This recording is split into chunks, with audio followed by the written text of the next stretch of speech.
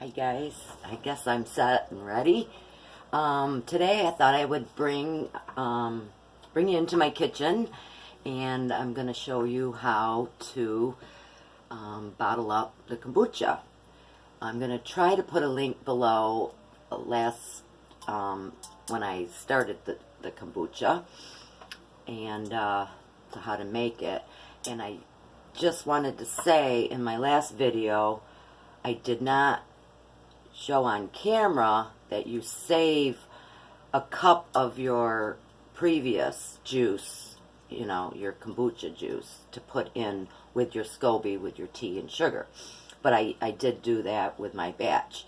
I also said I let it sit for about 10 days, and it's to everybody's preference, and 10 days is probably the least I have it sit.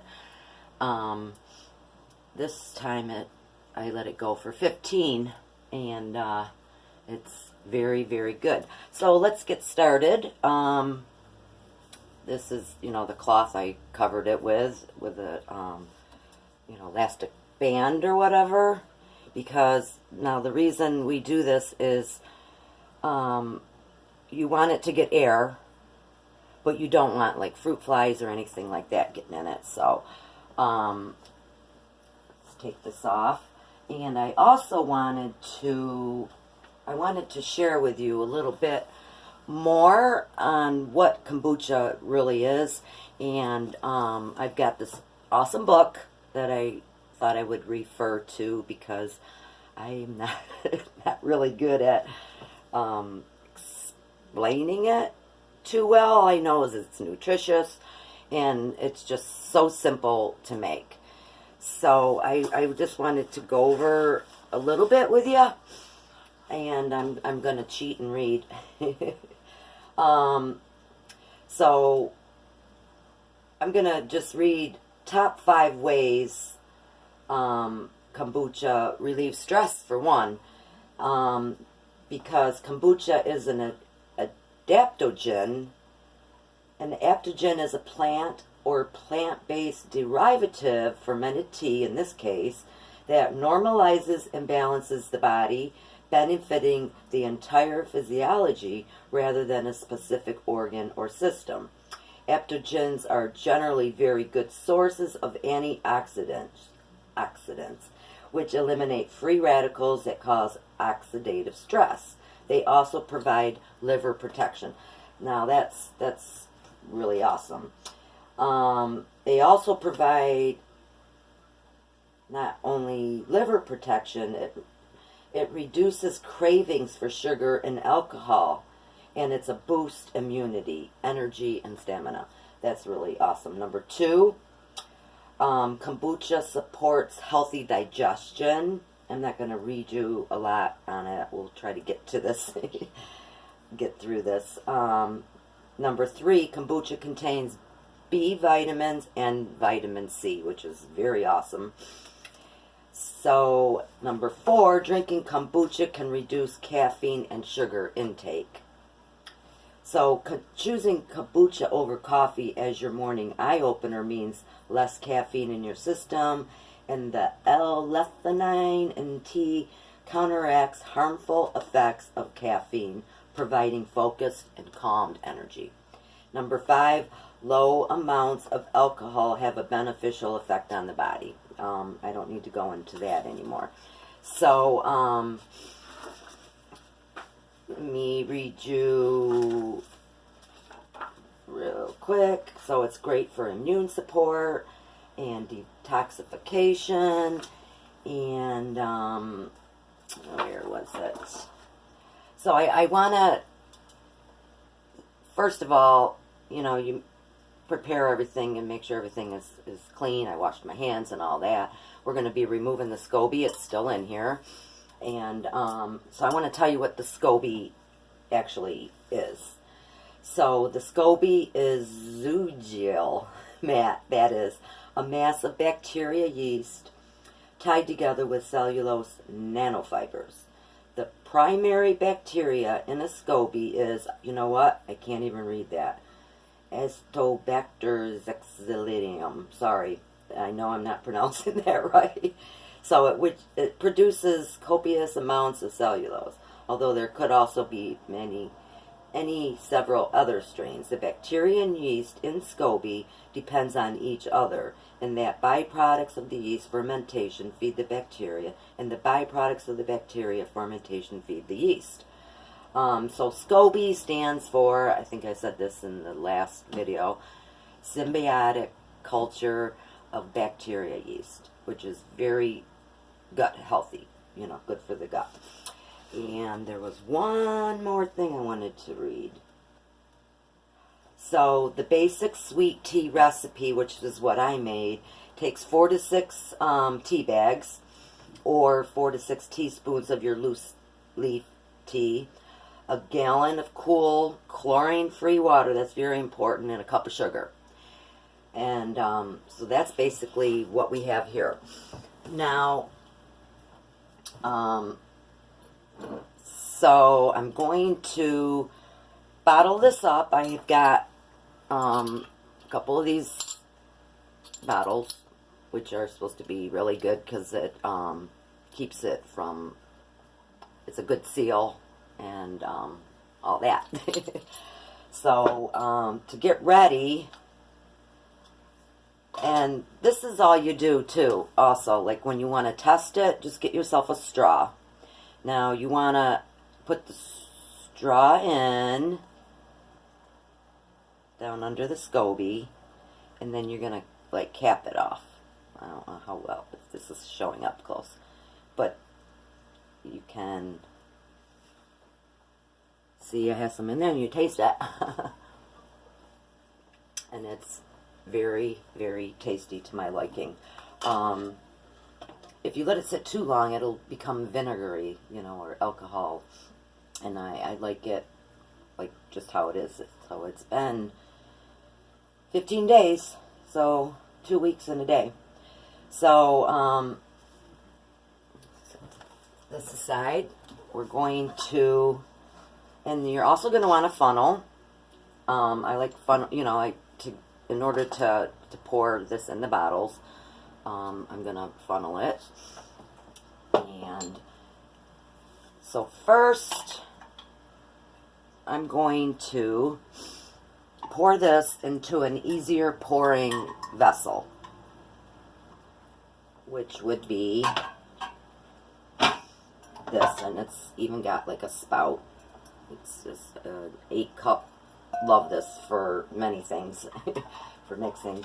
So I'm going to carefully, I'm using this spoon to kind of hold my SCOBY that's still in there, like out of the way. And I'm just going to pour this in.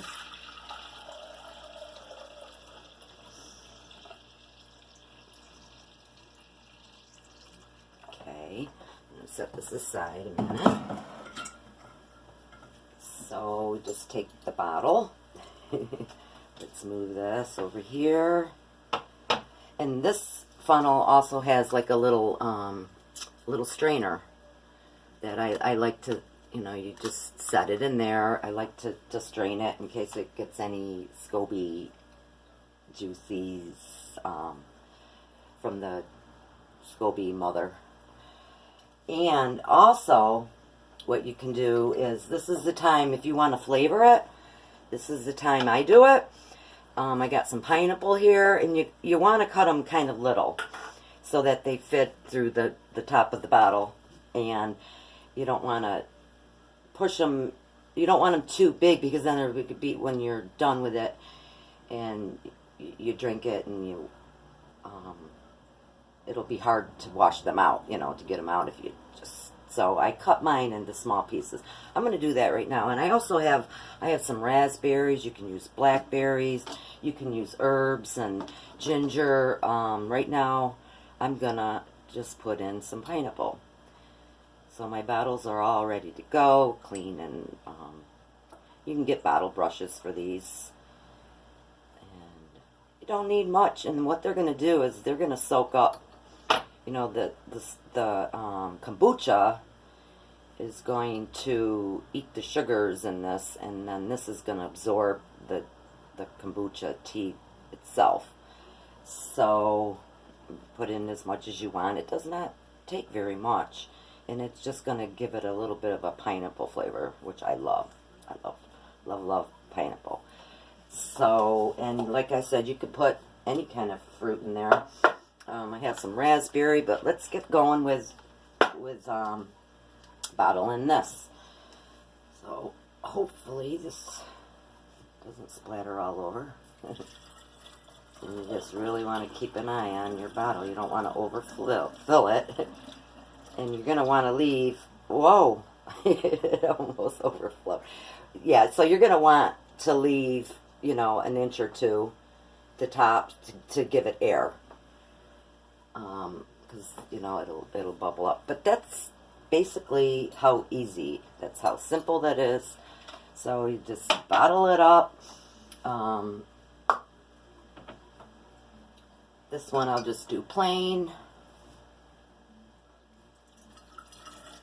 So yeah, you definitely want a funnel when you're doing this, or you'll have a huge mess. Okay, so we got that. And maybe I will add some raspberries. I've got you can put blackberries, whatever. And since there's room, and this will give it a little more, you know, raspberries are tart, so this will give it a little more of a, like a little sour, where the pineapple is, as I already mentioned, a little more sweet than your raspberries. But yeah, these are little pieces, and I'm just gonna stick them in there.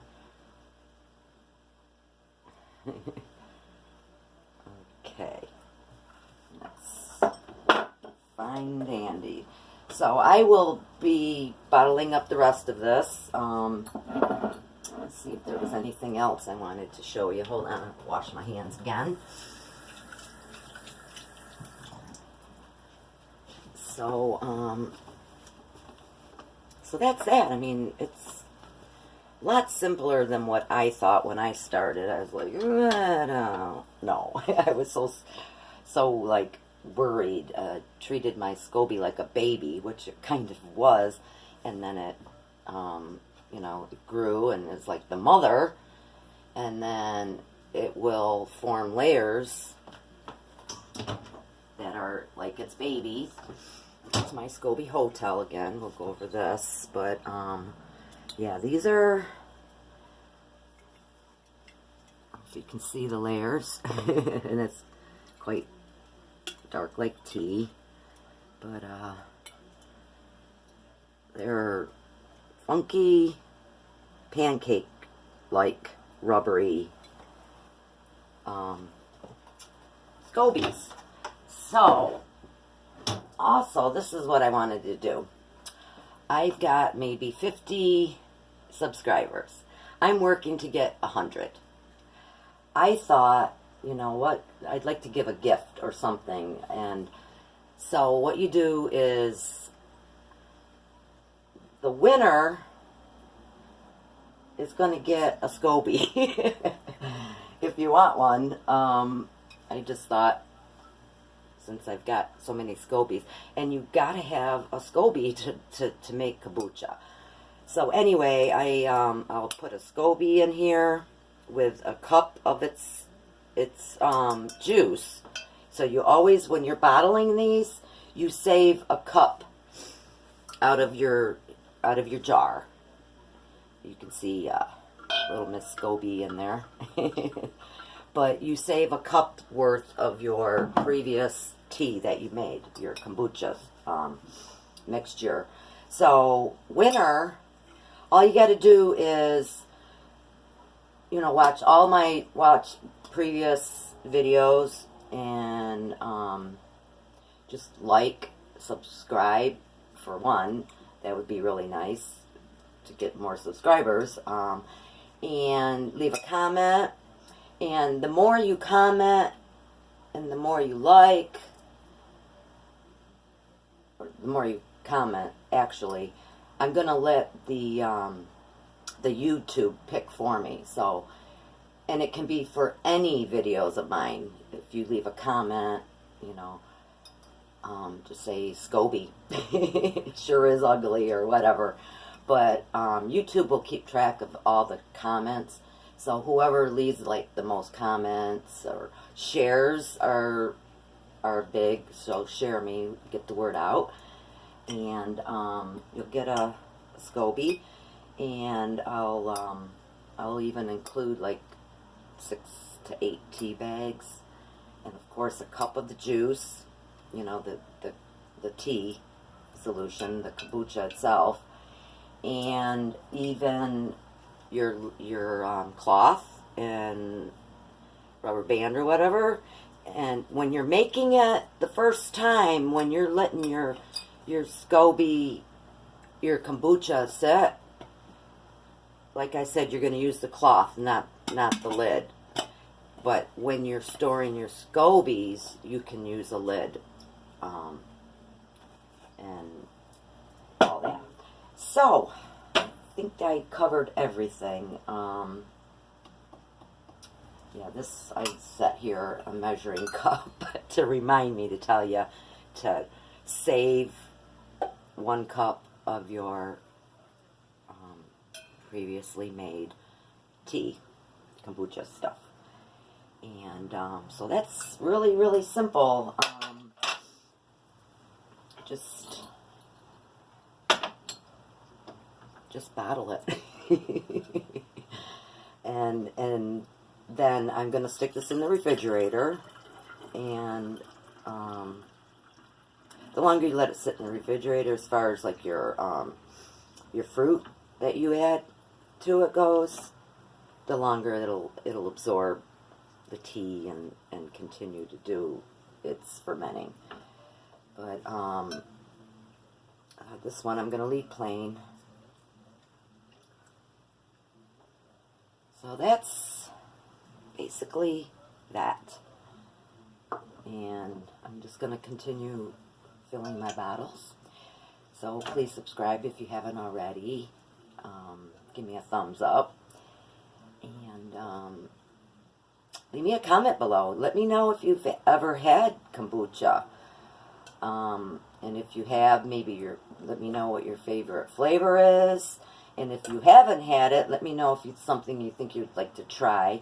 And if you have any more questions, please, please, please, feel free to leave your comment below. And oh, I forgot, I got my apron on. This is handmade. I made this. I'm pretty proud of it, actually. Let's give you a look-see. So I had it cross over, and I used 2 different ties, and I sewed it by hand. I didn't have a sewing machine. And just put a pocket on it, and it even has like a ruffle on the bottom. But yeah, I was in the kitchen. I thought, you know what? Better put on the apron. And I also, because I bought 2 different fabrics of this, and it was like only a yard of each. So I did actually 3 colors. I just did a small amount of this plaid. But this is the other. So I made 2. This one is not hand sewn yet. This one is just pinned. I mean, I did sew this by hand, every little stitch, but like I still need to stitch this. It's just pinned. That's my top pocket. And then the lower pocket needs stitched. Yeah, that's still pinned.